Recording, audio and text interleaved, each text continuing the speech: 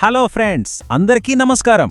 ఈరోజు మనం ఒక చాలా సింపుల్ కానీ అంతే ముఖ్యమైన విషయం గురించి మాట్లాడుకుందాం. మనకు తెలిసిన విషయాన్ని గొప్పలు చెప్పుకుంటున్నట్టు కాకుండా చాలా స్మార్ట్గా ఎలా చూపించాలో చూద్దాం.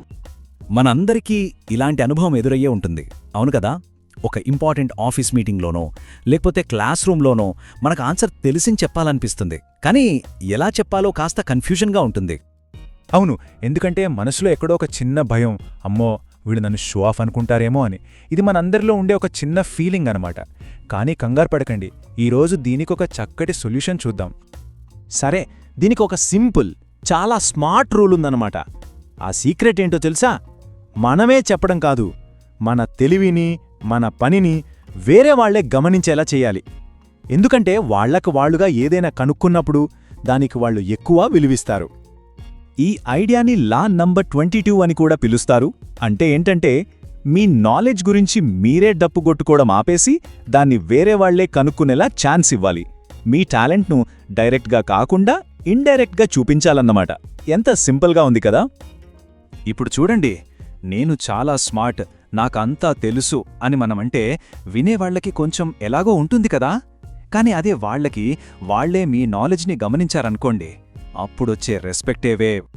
సరే ఫ్రెండ్స్, మరిది రియల్ లైఫ్లో ఎలా వర్కౌట్ అవుతుందో చూడాలి కదా. కొన్ని సరదా కథలు చూద్దాం, అప్పుడు మనకు ఇంకా క్లియర్గా అర్థమవుతుంది. ఓకే, మన మొదటి కథ ఒక ఆఫీస్ మీటింగ్ గురించి.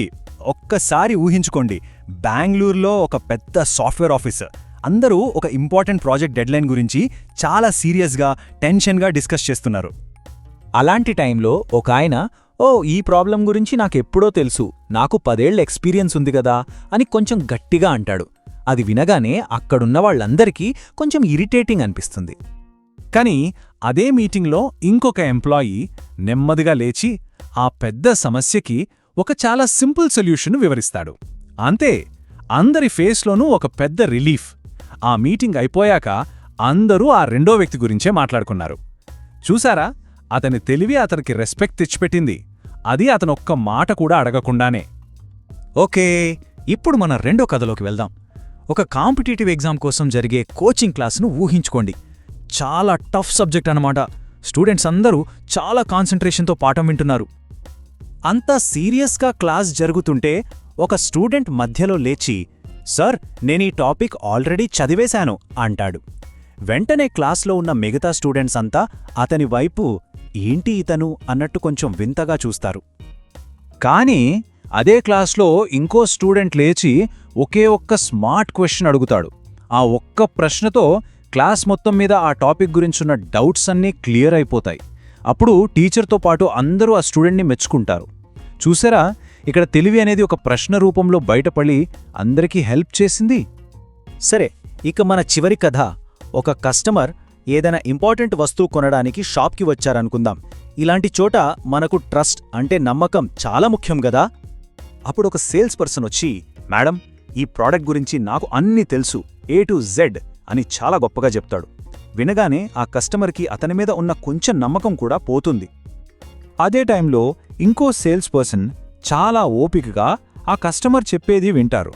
వాళ్ళ అవసరమేంటో అర్థం చేసుకుని దానికి తగ్గట్టు మాత్రమే ఎక్స్ప్లెయిన్ చేస్తారు. అతని ప్రశాంతమైన మాటలు, ఓపికగా వినే పద్ధతి ఆ కస్టమర్కి చాలా నమ్మకాన్నిస్తాయి. సో ఇక్కడ తెలివి అంటే ప్రొడక్ట్ గురించి చెప్పడం మాత్రమే కాదు, కస్టమర్ని అర్థం చేసుకోవడం కూడా.